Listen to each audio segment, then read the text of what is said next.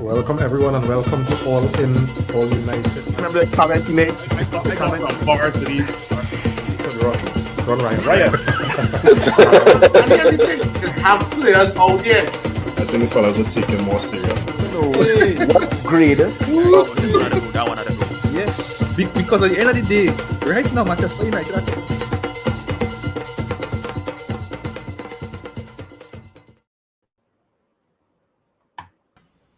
Welcome everyone and welcome back to All In, All United. Control Alt Delete. All right, these creative names for it going on there, right? And Ricky Bobby. See, man, I feel you might have to explain that one to me, bro. Right? Nah, you see, I watched this game and people were taking, all the good, the good feelings, the good, vibes, the good play, and the good, all these positives everyone had from this game. And I still feel like, if you win, I mean, if you win first, you last. I feel like, yeah, we look better, but we still lose. At the, as Nico would say, at the end of the day, we're in 15th place. I know it's the first weekend, but we're in 15th place, right back where we finished the season. So I look at this team and I'm like, we have to get there. We can't at this point of the at this stage we can't be happy or content with we play good, we go again, so that's my whole my whole feeling after that game. I can't take all the patting it back and the we look better, Cunha look good. I'm like, we've played well a number of games, a number of coaches. But, when I look up at my table, we still have Brighton ahead of us. I mean, I know it's the first game. I know what it is. I know it's the first game, but still, I feel like we've been 15th, for a long time. So I see the improvements, but I can't accept these things this season. Like I can't accept, we see many teams played and they didn't play as good as we did, but they have more points than we have. I think that we get to a point, we need to at the end of the day win games and score goals. Yeah. As only as you mentioned it, I didn't realize we were 15th. But I agree. It was a proper frustrating result. We should have. I mean, could have. Would have. But we should have at least get something out of that game. But I'm telling you, and I know you mentioned it, Simeon, but it had so much good individual performances. It really frustrating that I mean, we get so much of what we've been asking for in terms of effort levels, with quality, but you're still seeing these glaring areas of weakness in the team, and I mean, I'm not as down as you, because while the loss today it's hurt, right? I think it have a lot of positives to take away. No, we go get into it because, as you say, we may have been here before, right? But at the end of the day, you're looking at points on the board, which is fair, So I mean, Phil, what are you saying? Yeah, having this opening game versus Arsenal was always going to be a tough call, right? And it's disappointing and a bit frustrating that we couldn't open up Arsenal's defense today, because at the end of the day, defenses is what wins titles. Attack wins games, right? So we were able to nullify their attack. Our defense today was solid. You can see that there are certain players that are going to be, if they keep up this type of form, they'll be starting most games, if not all games, for Manchester United. But there are certain parts of the pitch we need to address, hopefully, before this transfer window closes, right? A comment that Amram made that had me a bit disturbed was that he said he's satisfied with all three goalkeepers, and that comment had me kind of confused, right? But I'll be real. If we had to sign one more position before the transfer window shuts, I'd prefer it to be a goalkeeper. But if we don't get a goalkeeper, hopefully we get a midfielder, right? But yeah, we can definitely later on in the podcast talk about the players who stood out, the player or players that were shit. And then, we can look forward to the Fulham game, because I always say you can put in this type of performance for one game. But then what happens to the other teams that are not as good as the big six, right? Did the players only show up today because it was against Arsenal? Did the players only show up today because it was a home game? Who knows, right? So we'll talk about that later on in the pod tonight, I should say. Yeah. I and just to go back on something that you say, right? I think Amorim saying that he's happy with his keepers is the same thing when he said on tour that he was happy with Højlund, right? You had to keep your players on side. You can't jump out now and, say what you want because you don't want to lose, the players. So I really think that he's not happy. He's not happy with those areas that we need addressing, and those are the problem areas that I'm talking about right now. I also think that, we can't, I don't know, I just see it because you made the comment that if you could only change one more, it could be a goalkeeper. But I promise you, Phil, every week, it could change. Because next week when you play football, it could be Fuller, it could be midfield, right? Then the week after, it could be the goalkeeper again. And that's what it's going. So for me, we have to show some kind of intent. We have to be proactive, and we have to get those two positions filled before the transfer window closes, right? Because those are two key areas, right? Now we go get into the game and talk about the goal we conceded. We go talk about the midfield. We go talk about the attack, But let me just get some comments before we get into the mix, right? So KL, Andrew on the inside, good night, man. Thanks for joining. Guys, don't forget to like and share the pod. We want to get more people in on the content, right? So just click share and let me get more people in, right? And we're on Facebook and YouTube as well. Jody on the inside, blessed night to you, buddy. Thanks for joining, man. He said, God alone know how we did not score today. Bye. KL saying here, unlucky we didn't at least get a point. Yeah, boy. I mean, to lose this game after that performance was harsh, boy. Natty Junior on the inside, good night, man. Thanks for joining. Saying, team, despite losing today, they made me smile, totally dominated. The stats just frustrating not to score. Yeah. Davin on the inside, thanks for joining, man. He said we made Arsenal look like they went summer stage. Blessed night to you, man. Thanks for joining. So, fellas, we better circulate when the team news came out, right? And without hindsight, right? Because we have hindsight now, we don't only talk during the game. But before kickoff, the team news dropped. I want to get your thoughts on the selections, as well as the fact that there was no Højlund and there was no Onana, Phil? Yeah, I don't think it would have been smart to include Onana when he didn't have any preseason. So I saw that coming.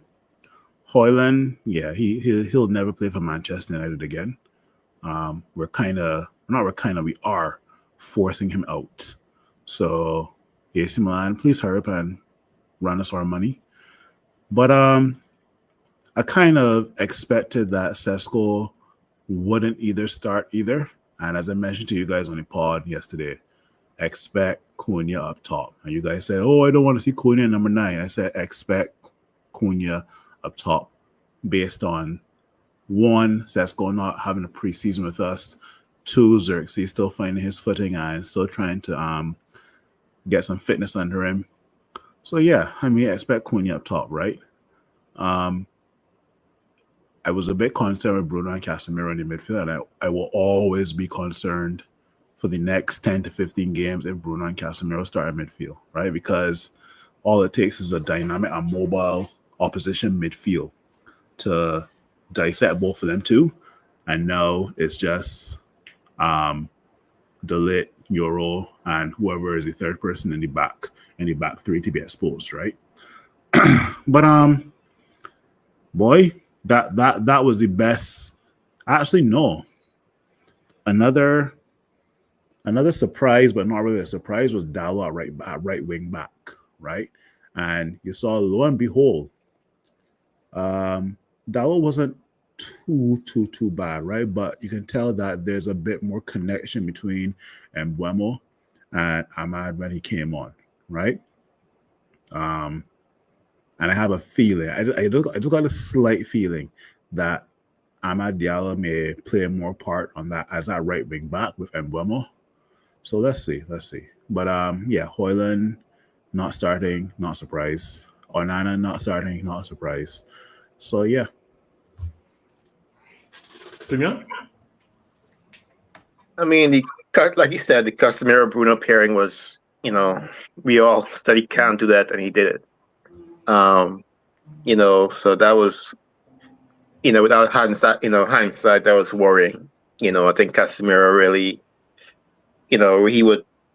his passing range really, I think it was decent enough today. I thought he made a lot of good passes, which kind of showed, why he was, picked. But I think Ugate's performance when he came on kind of made it more obvious why Casemiro was picked first. Who else? Like the Ahmad thing, I think Ahmad earned his spot on the right side. I know it's Arsenal, you want to be more defensive, but I already thought he should have started Ahmad, but I'm glad that he put Ahmad on soon, in the second half. He didn't wait too long to put Ahmad on, so that was good. Rasmus, well, it really, you rarely see this for United, or you didn't use to see this much, putting a player out, like out, moving a player out. Normally a player sits there and, so it was interesting to see Rasmus out, but I think, you would see a Mount, and you would see a Mount come in to the team because he could play almost anywhere, it seems, in front, that front three, or, right behind, and he just have that experience to play anyway up front. And he's looked good, in preseason. Shaw, I think Shaw looks like he's back in shape. He's not anything, he looks solid. I mean, I'm not his biggest fan, but I don't really hate him, man. I just want him to play well. So he looks decent enough. He didn't make too many mistakes. He was look kind of quick, like he used to. So let's hope if he's gonna play, I hope he plays it well.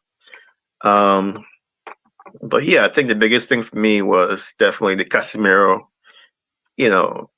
inclusion. I think for that to work, the passes had to be on. The passes had to connect. And between him and Bruno, even though we didn't like the long passes, I think the players up top, really possessed the ball, well.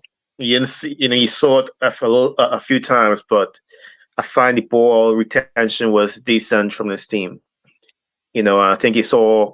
I mean, when they, a few times Casemiro's caught out, he was caught lacking for pace, but it wasn't a whole bunch of times. So I thought that was good. But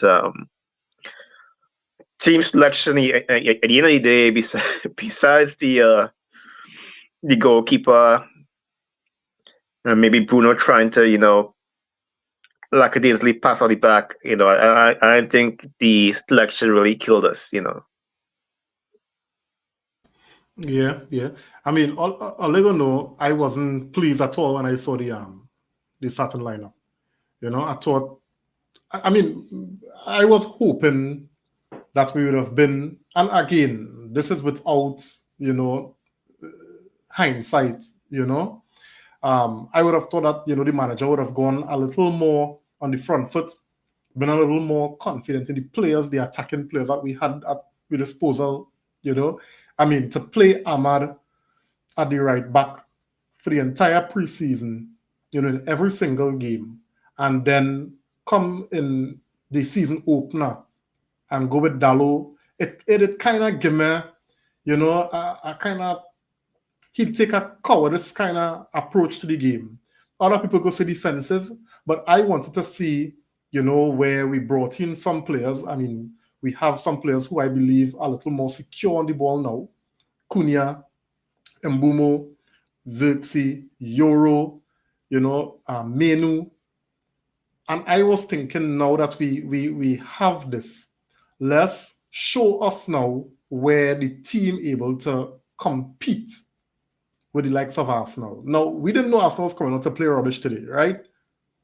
But I was disappointed. I was disappointed that Amad, mostly Amad, got left out. But as you say, Simeon, it was good to see that Amorim, realized that he overthink the thing, right? And he brought in Amad early rather than waiting for the 75th, 80th minute to try something. Because when I watched the game, I saw a lot of the overlaps that Dalot was providing for Mbeumo. Dalot lacked that kind of guile to really make something happen when you didn't have a presence in the box. Now, perhaps if Sesko was there, or we had somebody who was in the box, Dalot might have benefited a little more. He might have been able to put in some more crosses, but without anybody in the box, you might look for a little more trickery to create something for yourself and get a shot. But Dalot can't give you that. Amad will give you that. You understand? Amad might draw more players where Mbeumo might get a clearance for a shot. Things like that now. And I mean, regardless of the opponent, I just always say, you put your best foot forward and let the opponent adjust to you, as opposed to trying to predict how your opponent is going to play and adjust yourself to suit them. Play on the front foot. And we saw that when Amad came on. You understand? So for me, it was a little bit disappointed. I agree as well with the Casemiro Bruno thing, right? We know Bruno was going to play, so it was really basically finding the best person to play alongside Bruno. And I think over time we realized that perhaps the best pairing with Bruno is Casemiro. So I hoping we go to the market and we get something, because I can't be seeing this going forward, because Arsenal is a team that's, as Phil mentioned, you just be up for these kind of games. All teams can sit deep and make us come onto them and then try to play through the lines. We slow through those diagonals, we slow to them passes as cut through the lines, and then we slow to recovery. So, and I'm talking about the midfield area because, also 2025, we still have Luke Shaw starting games. We still have Mason Mount starting games. Again, I'm talking here without hindsight. I'm talking here how I saw it when I saw the team sheet. So I wasn't pleased when the team news was released. I thought we went too safe. I thought the manager gave Arsenal too much respect. But at the end, I thought, the team performed really, really well. The only person now with hindsight that I would have changed at the starting lineup was Dalo and Mount. Dalo and Amal. That was the only change I'd make, right?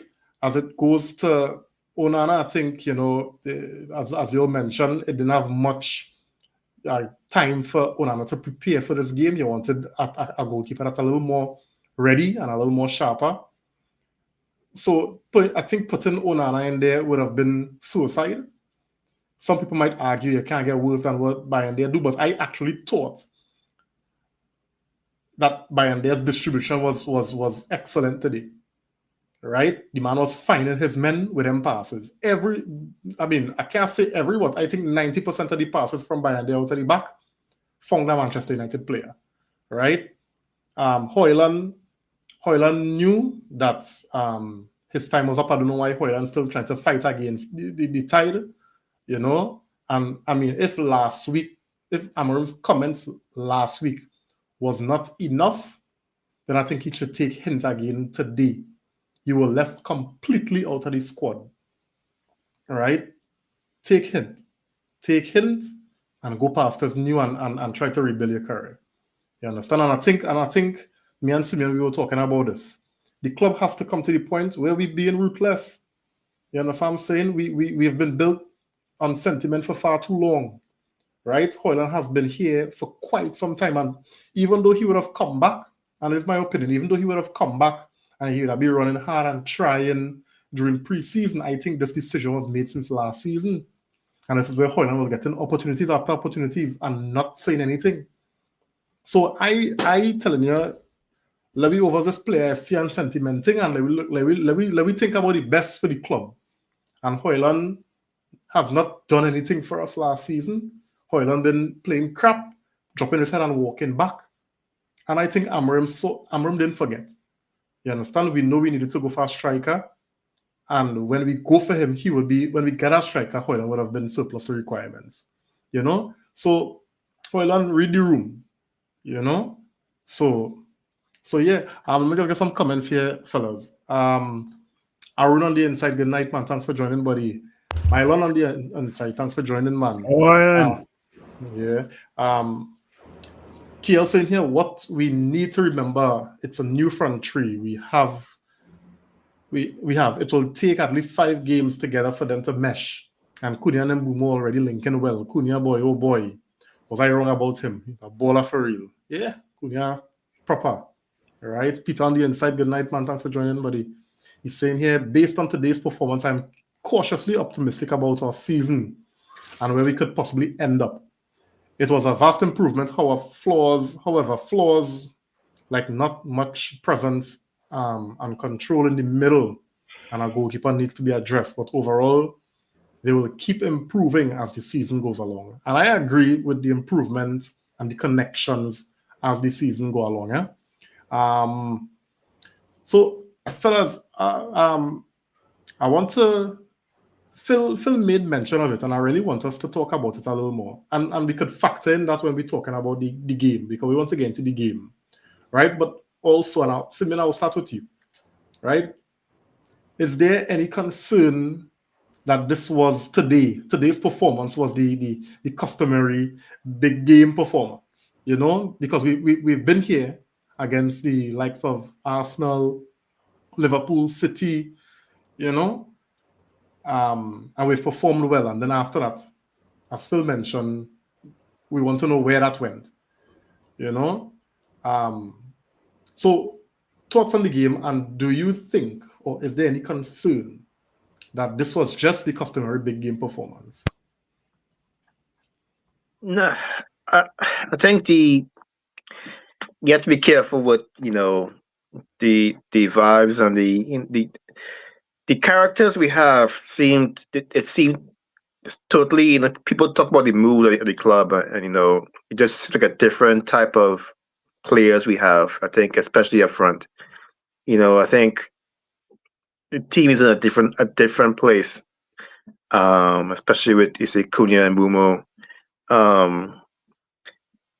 I think you see a lot more confidence, but I think we have to make sure we use that enthusiasm, that drive we have now for results. See, I think the danger we've had is, we have these games where we play well, and then we don't get wins and we don't score. Our biggest thing last year was scoring, and I know these. We all say it come in, it must come, but it need to come, yesterday. Like we, the style, the intensity is there, but the longer you go without finishing, you know, finishing a result, getting a result is less likely you can sustain that, and less likely you just by try to do something else, next time around. So I like the way this team is looking, but we need to, and Kabi, Fulham needs to be a win. It needs to be, 2-3 goals in the back of the net. I feel like these fellas look like they could score goals, but they can't just, we this team, when we start rolling, we roll. When this team start winning games, we win a lot of games.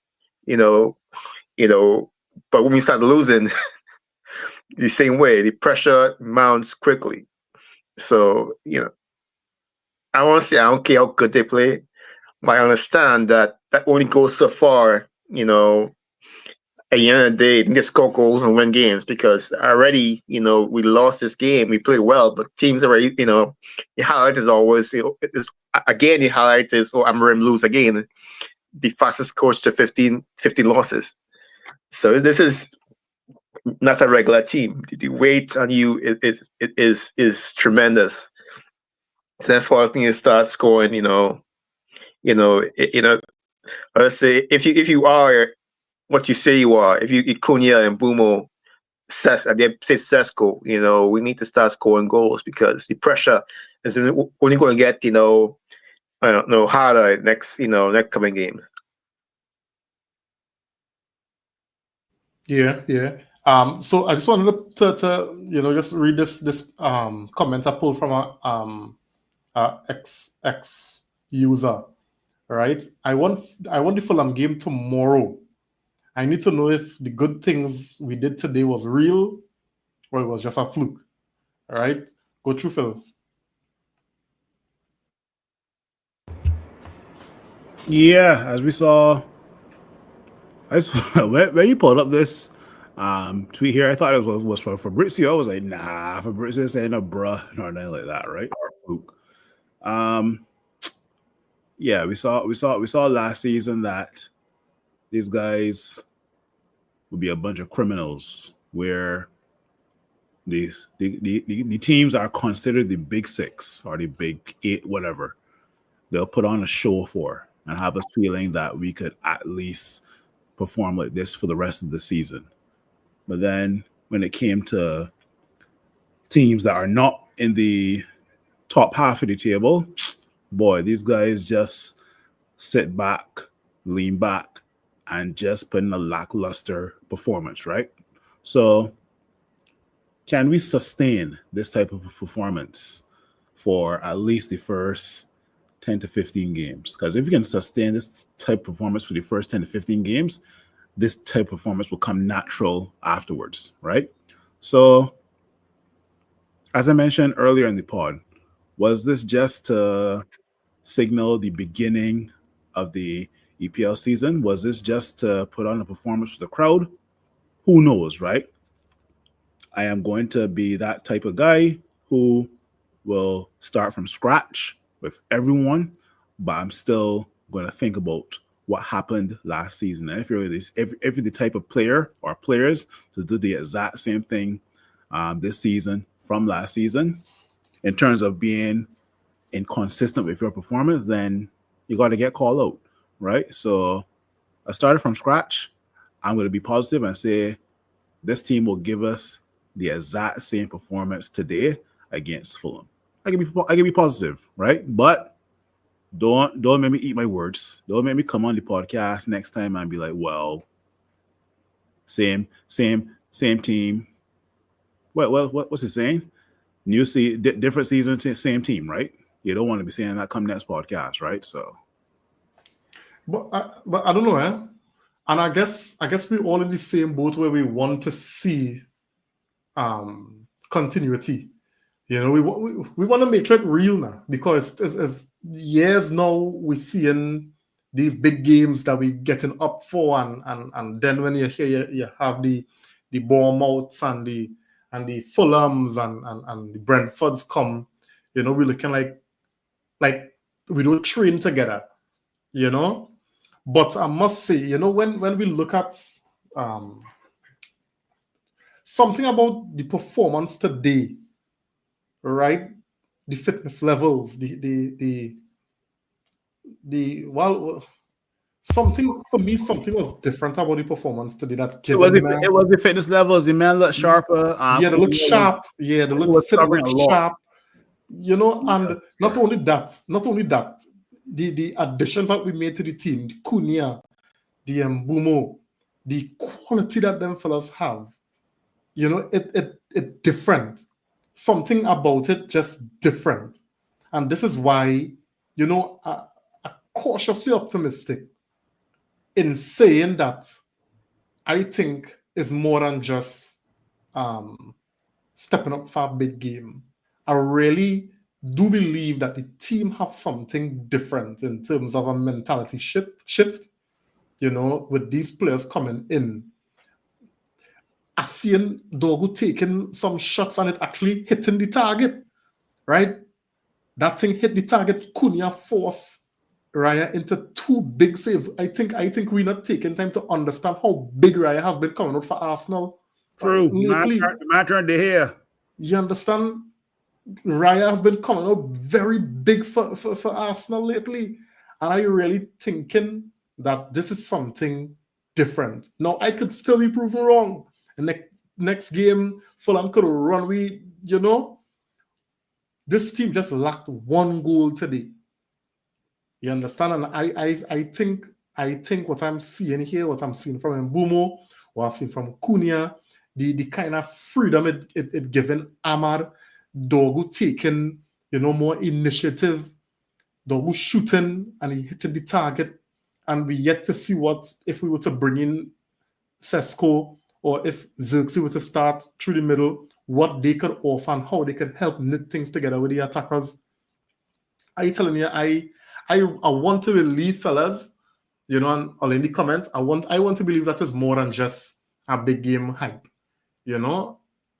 Go through me and I don't know if you want to just say something. Yeah, I mean, and this was what I was saying yesterday. Like the type, the level of you know, how you see what athlete we have in the team right now. It's good. You know, man can run. You can once your team can run with your team. That always helps. You know, like man was present and accounted for. It was not anybody really overmatched. You know, Gyökeres came in and looked like Rasmus today because he didn't know what to do. He let kind of, you know, beat him up a little bit. You know, like we look great, but the two spots that we mentioned yesterday, the two spots that you know that you could see, like, you know, as well as Casemiro played, there was still times when the ball was going either way, he couldn't reach, he couldn't make the tackle, you know, and you know by end there he get shoved, and he couldn't, you know, make a play on the ball, you know, and you see on the other end you see Raya had to let push him, and Raya still make the play. So you know you see and it's these. This is why I was so confident that Arsenal would win, even though they played crap.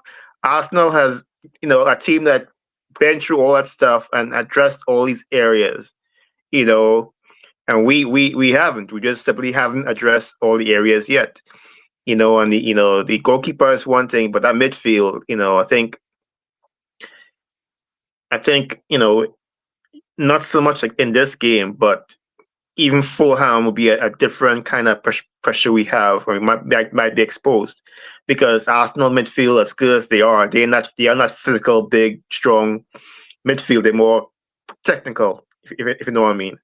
And I thought Arsenal was kind of predictable with Gyökeres. and that kind of hurt them a little bit. But I think the talent on this team, and the fitness, as he said, really showed today. It wasn't anybody on Arsenal team that you really thought was, that much more dominant in the game, besides Raya. But. Yeah, but one thing I want to also add is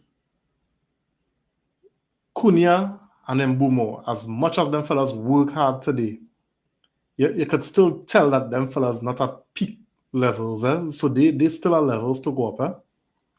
And I think that's a key thing to note, because if this will be getting with them fellas at, let me say, 80-85%, what will happen when they actually start to play at the optimum now? But every team, as you say, Simeon, every team does offer a different type of challenge and a different type of threat, So it's all about how we are adjusting, per team, because where we would have had a lot of space in behind because of how Arsenal display, other teams might know of us that now. So we might be required to do different things, and it's about that kind of adjustment. So it could be interesting to see how that Fulham game plays out. But what I want to do is, let me get into the game today. That goal that we conceded. Now it started at the feet of Bruno, but I'm not doing no witch hunt on Bruno today, right? I don't really think, in my opinion, that you could pull out any individual to say that they were poor, bar one, right? And we will get to that, right? Bar one. But for the most part, I think everybody on the team held their own and, was up for it. But that one play that Bruno, kind of did, that led to the corner that ultimately led to the goal. Let me talk about our goal that we conceded, because I conflicted, right? I think Bayande was fouled, right? I am of the opinion that Bayande got fouled, and the refereeing, the VAR, the left done again, right? What was your view on the goal that we conceded? Was it that Bayande should have done better? I know, Simeon, you kind of alluded to it, but let me get a little more into that one now.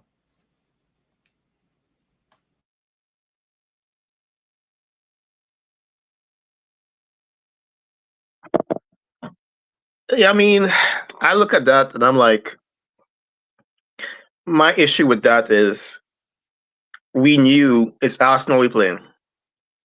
I don't know I don't know how long Bayande knew he was going to play. This Sunday. But you have to expect that kind of pressure, and you can't rely on the referees to blow the whistle. You just can't. I think the man get fouled. It's clearly there was contact. Clearly there was some shoving going on, but you can't put yourself in a place where you're looking around and hope the referee blow the whistle. And that's being harsh. That's being harsh, but it's clear he was impeded. But at the same time, I think Amarim said the same thing. It's like, we have to play the way, go the way that they call in the game.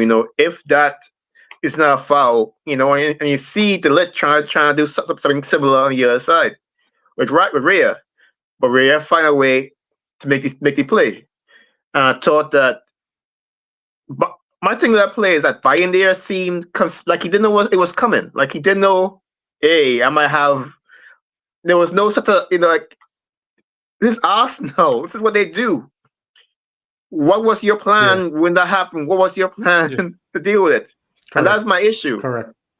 No, I agree with you because you see, them fellas is the master dark arts, and you see Sullivan and Gabriel, masters, Them fellas know how to just do shit and act like if they do nothing wrong, you know. Hey, boy. Phil? I'm gonna chime in here, right? Because you bring up the whole well, Delit tried to do the exact same thing on the other hand, but Rhea found a way to clear it. Here's my thing, right? Now, Onana may not be the best, but what Onana would have done is that Onana would have at least created a stink, and I would have done the exact same thing. I would have created a stink where I am pushing you off of me until the referee blows his whistle and comes to give us a talk, right? And I am going to not shout at the referee, but I'm going to say, ref, pay attention to what this guy is doing. But also, when I create a stink and the referee blows his whistle and comes to talk to us, one of my United players is going to now come and protect me, right? A United player, outfield, is going to place himself between Bayindir and Saliba, right? If you could bring up that picture again, Reem, was anybody protecting Bayindir, or was Saliba there by himself? Exactly. There's no Man United player between Bayindir and Saliba, as you can see. There's Bayindir, in front of Bayindir, Saliba, then Mason Mount. Mason Mount should be there to protect Bayindir, right? I would rather be an outfield United player protecting my goalkeeper and the referee blows his whistle saying, you guys need to behave yourself, because it draws attention to that area now that the referee is approaching us, right? I'm going to be pushing. So Bayindir definitely needs to be doing better. Now, I know you're circling the part where Saliba is, I don't want to say holding on, but it looks like he's making some sort of contact with his right arm, right? It's a call that would have been given on another day. Let's put it that way. On another day, that would have been given, similar to the Cunha penalty, in quotation marks, right? So it would have been given another day, but in my opinion, I still think that any other keeper is punching that out or punching off your head or something like that, right? So, but yeah, Bayindir could have definitely done better with that cross, because this game could have ended nil, you know. It could have, because Arsenal weren't a threat on any parts of the pitch today. Maybe once, twice, but other than that, we were the better team today. So this game should have ended in 0-0. But and not to go on another part of the pitch where we made two mistakes today. That was the first mistake, and then the second mistake was Ugarte giving away the ball, and Harry Maguire had to get a yellow card to stop Kai Havertz, right? Stupid Ugarte, right? But anyway, Bayindir definitely should have done better. I guess the main question is, will he start the next game? That's the thing. Will he start the next game versus Fulham, or will Tom Heaton? We'll see. And Nico on the inside. Nico, welcome, man. Oh, Nico, you're early. Yeah, early. I've taken time on my vacation here to tune in, man.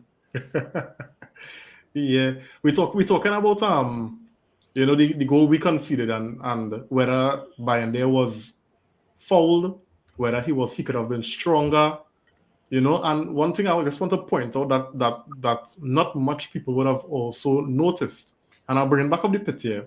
I'm watching Dorgu, right? And I'm feeling as though Dorgu dropped asleep, because Calafiori would have,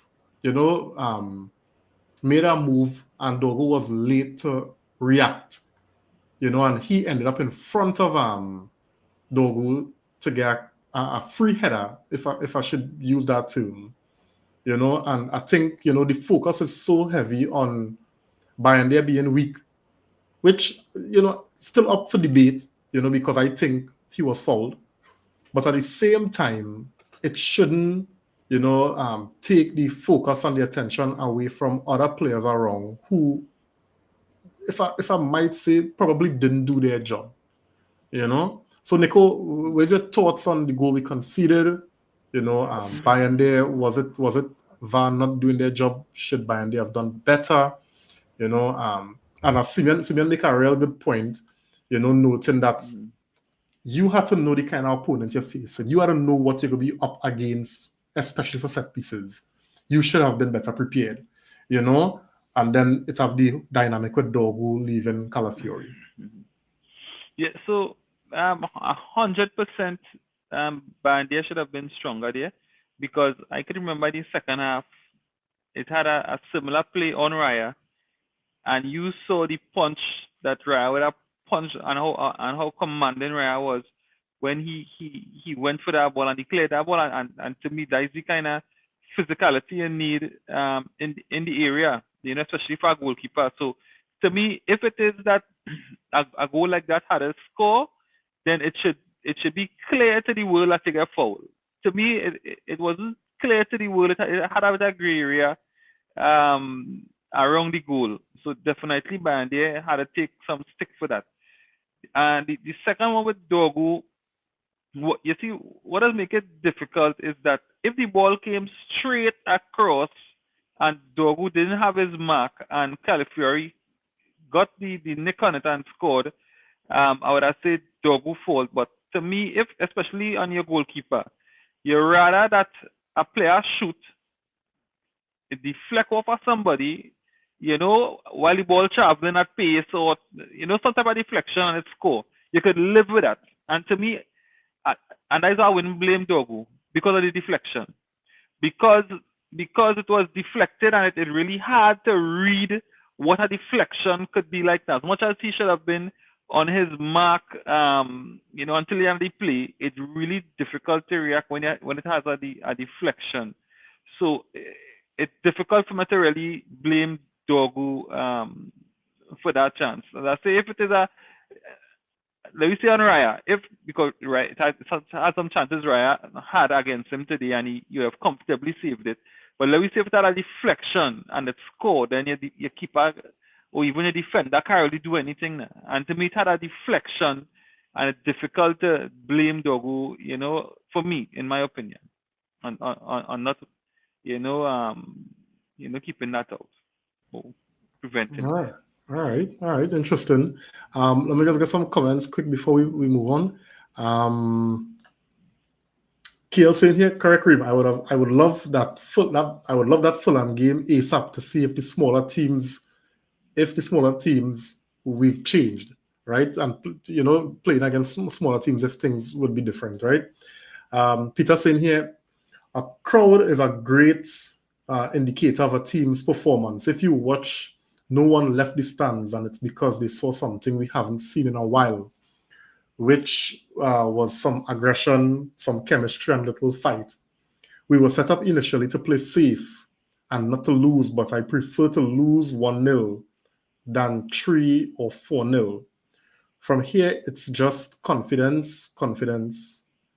We need, and goals would be coming.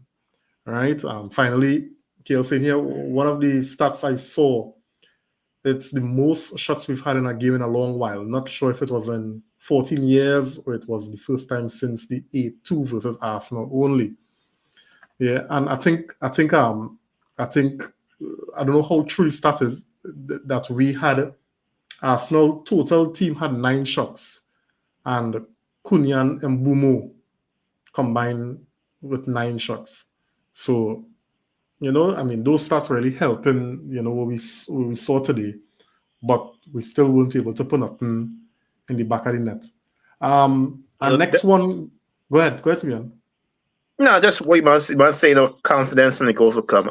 I say goals and then the confidence will come. I think, sometimes with this, you need to see 1 or 2 go in for the whole team to, for things to really start flowing. I think that's, that's why we got these players to get the ball over the line. So they need to, I'll keep going back to it.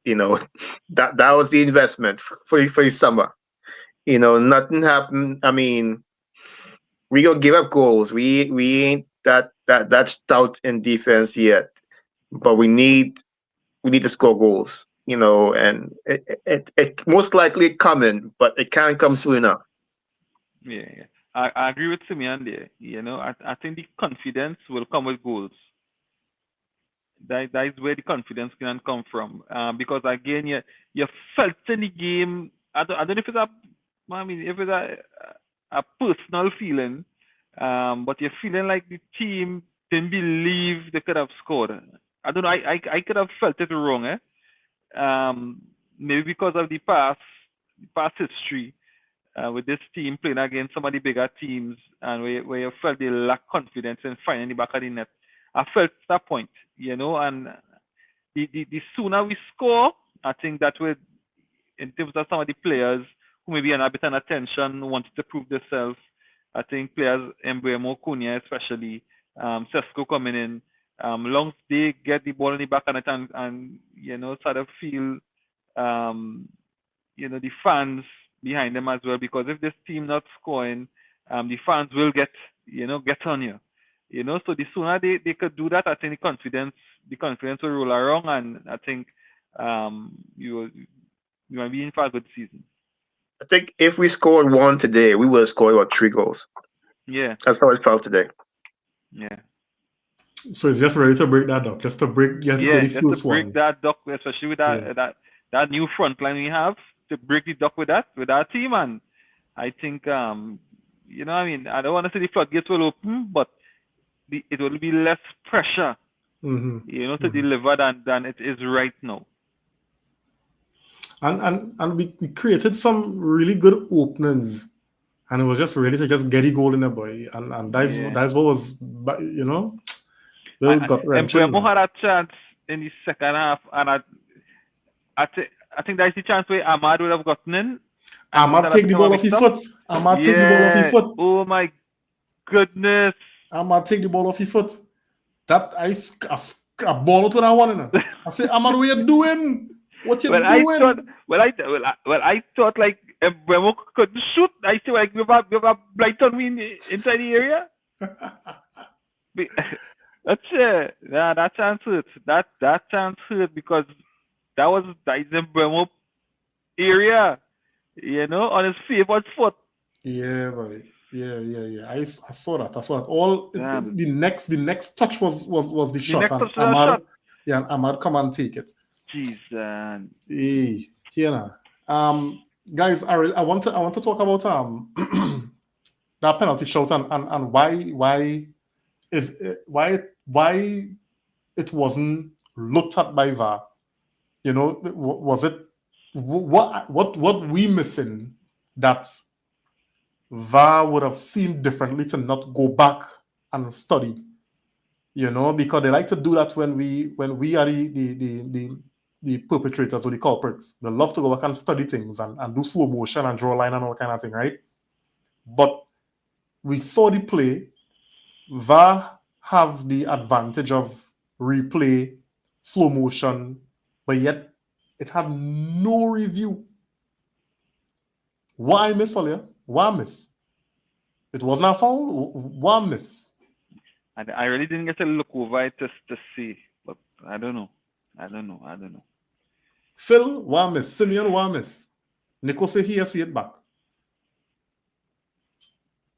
In real time, it looked like Saliba got some part of the ball, but again, similar to the incident with Bayern, that would have been given on another day. Let's put it that way. But as you mentioned, when we're the perpetrators, when we're the culprits, boy, referees does be quick. Did this. But here's the thing though. Did anybody appeal per se? Because like sometimes when there's like United players surrounding the referee would then like at least take it into consideration, right? If not the referee, then the operators of VAR would take it into consideration, right? So I can't really answer your question in terms of what you're looking for, but all I can say is on another day, that would have been given to United as a penalty, or, as you mentioned, United were the team that caused that problem. Boy, you're running over quick to VAR to see if it is. Yeah. I remember last season where we playing some team. I forgot which it was, and they let make a play, and the game went on. Nobody ain't appeal for nothing. West Ham. And them men went back, and them men find out that are we watch their hope. They know nothing happened. Nobody appeal for nothing, but them men find that foul. And look at the game. That foul on Cunha today. That was clear. I mean, the replay and all. Normally they hide the replay. Nah, they show the replay, and you see the foot clearly in the back of the man. No touch for the ball. He like how he won 3 man in the middle of right in front of the goal. How VAR ain't call it back? It's a mystery. I think right now I don't know if I saw used, if I expected or I didn't expect anything good to happen that I kind of played off, but I don't know why it wasn't a penalty. I mean, hopefully somebody can explain it. Maybe the referee was close and they say the referee see it and they want to go back, but I don't think the referee could have seen the contact. I mean, that was clear. I don't know how that wasn't a penalty, but you can't change it now. Yeah.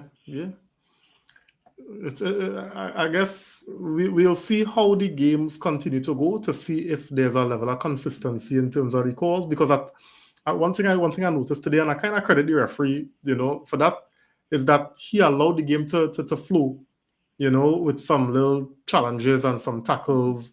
So I don't know what the referee association, doing in terms of how they're allowing the game to flow and the physicality and the tackles and things, because he allowed certain things to play, but again, such kind of tackles in the box, that's supposed to be a penalty, right? So I'll be keen to look at other games, look for similar situations and scenarios, and see if there's a level of consistency or if somebody was sleeping on the walk today. Let me just get some comments quick here. Mickey on the inside, good night, man. Thanks for joining. Glory, Man United. He's saying goals will come. Structure looking really nice all around. Still find the guys need to be in the box a little more, looking for crosses. And I think we'll get it with Sesko, man, And Sesko has gotten on the end of some stuff today, just a little more conviction, and I feel, he might have forced Ryan into something. Mbeumo's the shortest fella, and he get win a header today, right? Kielson here, we get those calls against us for the goal, for the possible 2 penalties because Madueke pushed Ahmad in the box as well. I didn't see that one. Anybody saw that one? Yeah. I saw that one, but again, to me, I wouldn't call it. Okay. I definitely wouldn't call it a penalty. All right. So, guys, I want to wrap up with this one, right? We had to talk about Cunha and Mbeumo, because listen, these 2 fellas, the oozing class, right? The technical floor went up, right? Those first touches, those Mbeumo killing them ball dead. You understand the way they carry the ball in transition, you're getting relentless defensive energy, the physical, because I see it at times when Cunha get a ball and going through 3 players, and Mbeumo get one over the line, and they're battling physically as well. Yeah, so you gain the physical, you gain technical, those touches. All that we talk about, Cunha and Mbeumo and the performance today. Day and night. Don't remind me of who we had last season, but who we had last season is a downgrade from Mbeumo and Matheus Cunha. And you kind of see not only is the work rate there, but the skill and the tenacity and the dynamism and the technique and the control is there. Because in order for me to call all of those things of a player, they must have some sort of like above average IQ, right? And that's something that some of our players in the last couple of years have been lacking. The IQ of these two players would definitely take us far in terms of, you have seen in the last couple of years players or the team that make you just sit back on your couch or sit back in your seat. And these two players make you want to get on the edge of your seat and watch football again. You want to watch Manchester United again. You're not just there sitting back like, okay, Bruno got the ball, okay, Casemiro got the ball, Correct. Rashford got the ball. You're right. I kid you not. And the same seat I'm sitting in here right now for this podcast is the same seat I always watch my games in, right? I am literally on the edge of my seat here when Cunha and Mbeumo and Ahmad, just to mention, have the ball as well. But to talk about Cunha and Mbeumo, Lord, I hope they stay fit for this season. I really, really, really hope they stay fit. Because they are the reason you're getting to the edge of your seat or even getting out of your seat. That wasn't the same for last season, that season before for some of these players.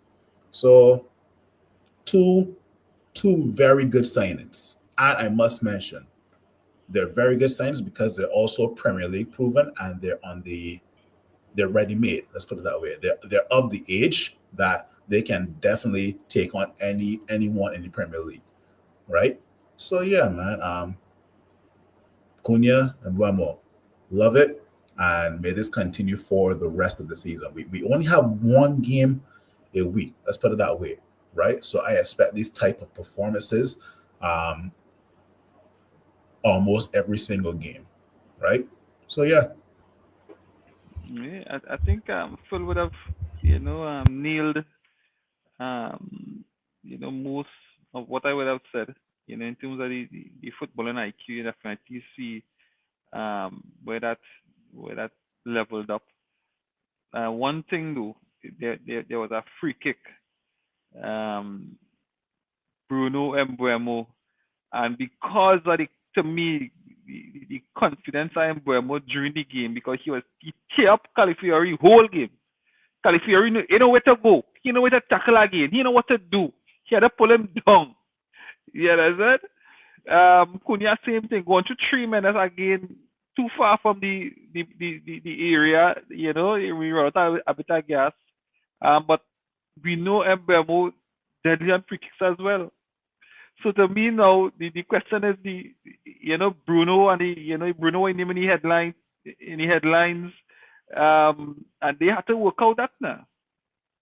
Bruno had to figure out where his spots and when it's in Mbeumo spots, handy ball to Mbeumo, and not trying to be that hero that that we grew accustomed to being. So I looked at that because I look at the position of that free kick and I say, hey, Mbeumo look good. He having a solid game. I know Bruno want to be the star. Give him it now, but definitely Bruno didn't hand it up. So I want to see that kind of chemistry in the team between Bruno and Mbeumo and Cunha now, because now Bruno is not just the main man. Bruno could have just did the basics today and allowed these two fellas to cook. And as Phil said, we would have been off our seats. So I think that's testament to the two new guys coming in and the money we paid for them so far. Bringing back the joy factor in watching Manchester United play. And I don't think it's just for us. I think it's for the entire fan base, even rival fans. Will watch United play just to see these fellas play. So I think definitely the scouting department did their work, and they took it over the line, and we hope that, as Phil said, they stay injury-free for the rest of the season. Yeah. Before Simeon come in, I think you see that feeling that you used to get. Well, for me, it used to be with Marcel when Marcel was on the wing, right? You're getting up, and you're there watching the TV to see what's going to come outside. That happened to me today. Every time Cunha was on the ball, driving forward.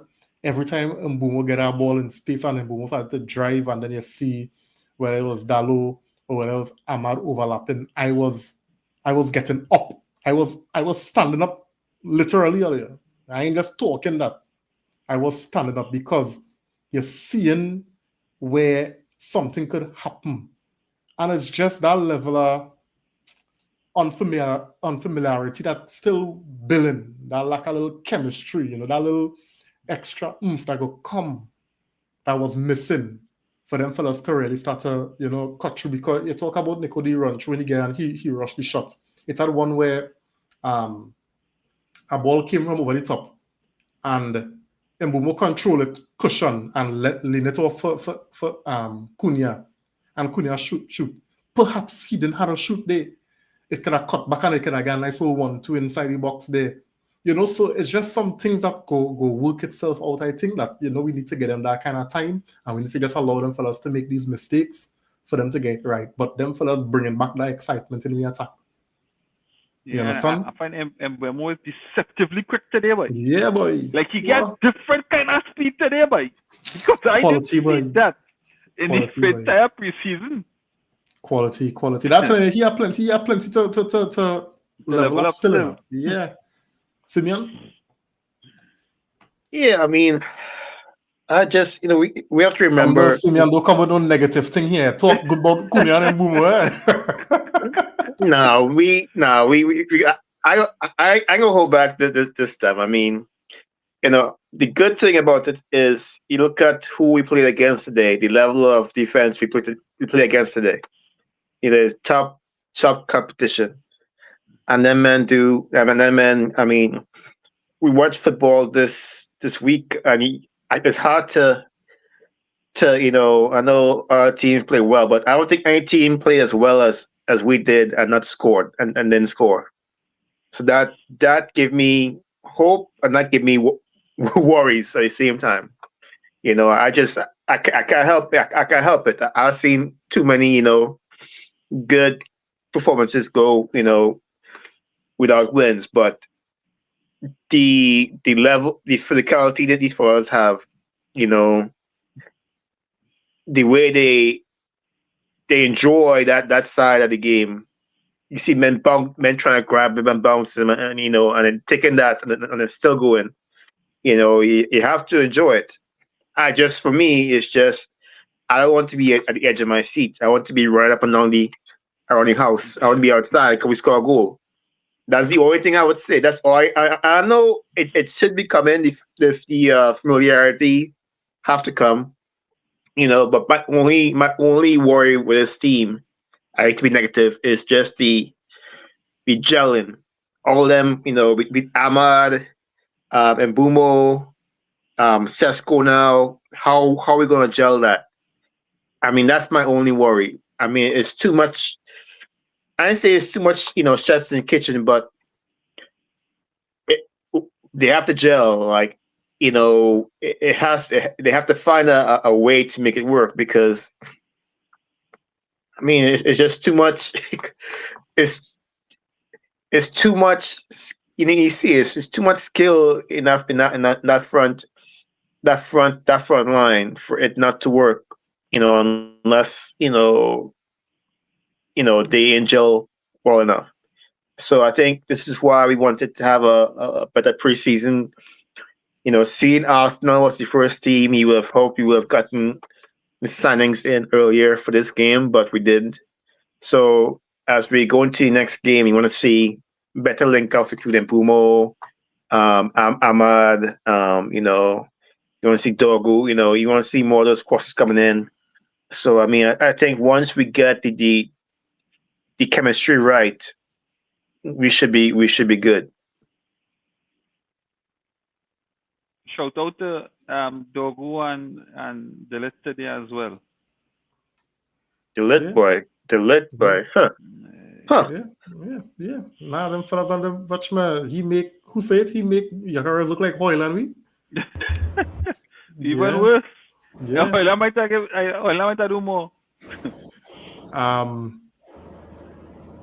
Mickey saying here they playing Premier League football, right? So they're proven the Premier League proven. KL saying here, Cunha has that bite. I like that. Last 10 who had that was Waza. And Boomer is classy. You know, he had them on the back foot right through. Yeah. Davian saying here, Cunha plays with a street baller style or with a street baller style. Yeah, no doubt. And I always talk about that directness from Cunha. That will do us the world of good when Cunha pick up the ball. You know, we had them, the strikers that we had before, every time they get the ball, they bouncing it back, sending it back to the defender. You know, but Cunha actually picking up the ball and running and turning and going forward with it, driving the ball forward. You know, and that could only benefit the team. So, I mean, let them fellas express themselves free. You know, as we close, earlier, one sub that I'm gonna make today that kill it. I don't think I could go in and be overly critical. If I critical at any player on my United team today, is because I wicked. But you see Ugarte earlier? You see Ugarte? What that man just come on and just drop the whole level of the team. He sink out the joint. Listen, from bad pass to almost assist for a goal for Arsenal to taking a shot that could have been a better corner. decision. Yeah, He might had two players to feed in, and Buemo as somebody Yeah. else. And he might choose to take a shot from that distance. Boy, you are such an idiot, boy. You are such an idiot. Oh my God. Yeah, he might kill the mood, boy. Yeah. No, Anyway. he bring me down, but he bring me down to a level that, I mean, with how the game was going, you would not think that we would have got the man. And not only that, some senseless tackles to give away, you know, he kill momentum, you know, he give away the ball. What Ugarte do right today? You know, unfortunately, saving Casemiro legs for the next game. I would have bring on Kobe, boy. I would have bring on Kobe.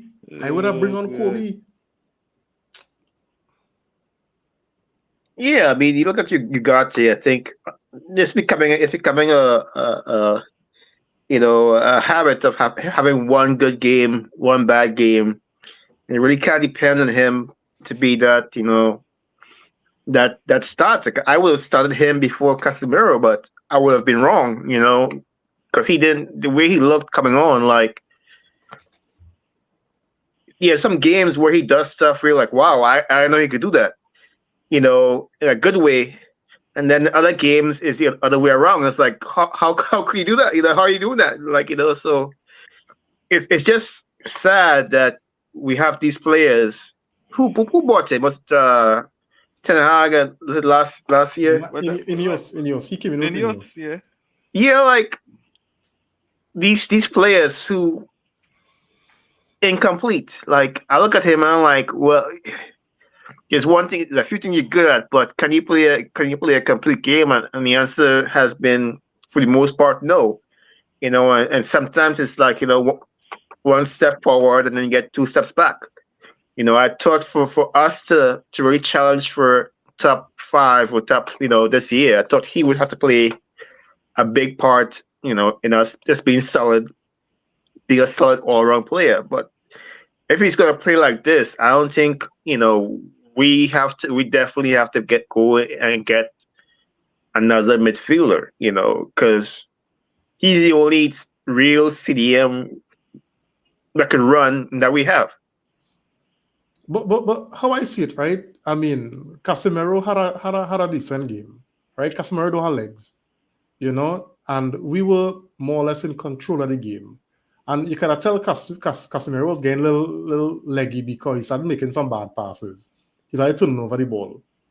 And I am thinking at the stage of the game, you know, where we kind of in control, you know, you were playing for the most part of the game with a slow midfield and we were still, you know, in control.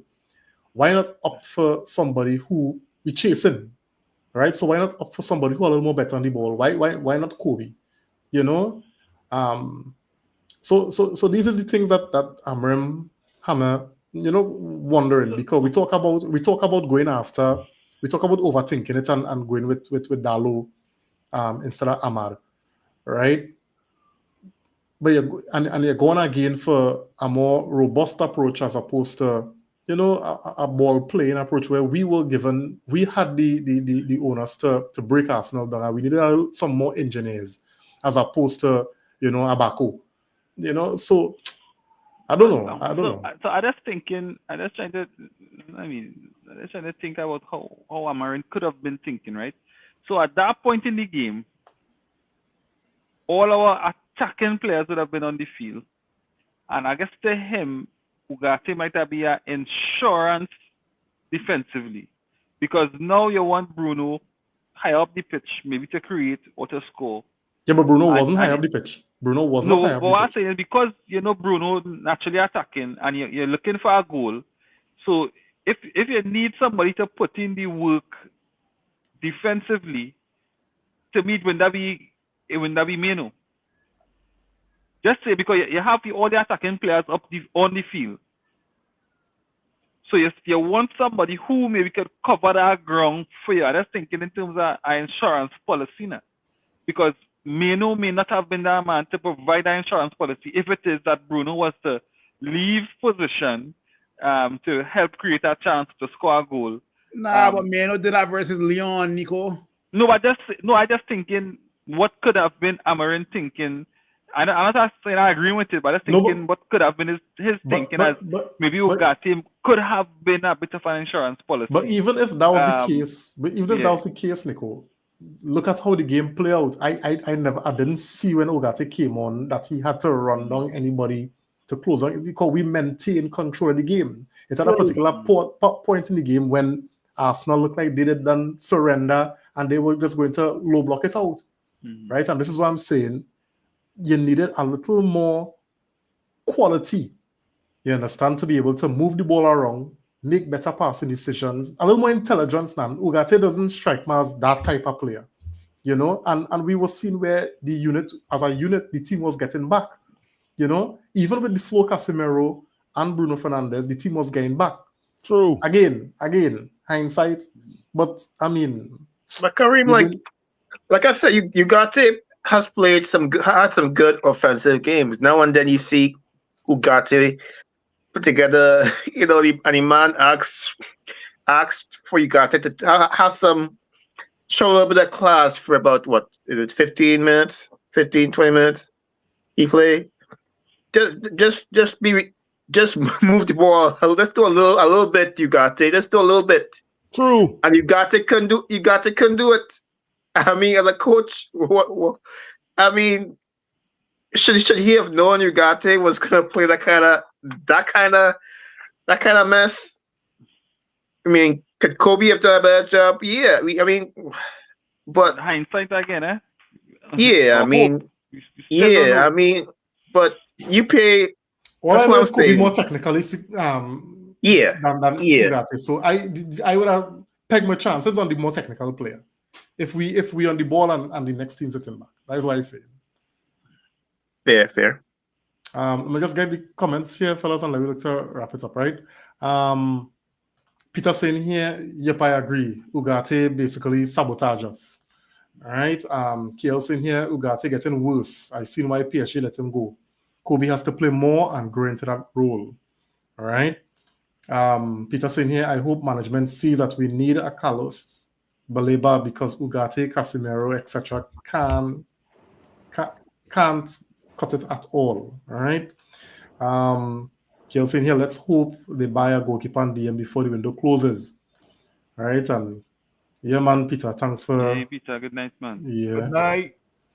All right. KL saying here, on to the next. Yeah. Yeah, man. Yeah. And that's where we're heading. So, guys, that brings us to the end of the pod. A real good performance, a very encouraging performance, but frustrating that could only be better with a win against Fulham. Yeah, exactly. We don't win against Fulham, and this performance today meant nothing. Exactly. But the thing about it is, it's frustrating with as well as we played today against one of the better teams in the league. It's frustrating to leave with nothing, Agreed. I mean, I tell you, in the 90, when the ball went up, I was like, all right, I go take a draw, right? Up to that point, I was before that I wanted to win, but when I saw that ball go up on 6 minutes, I said, you know what?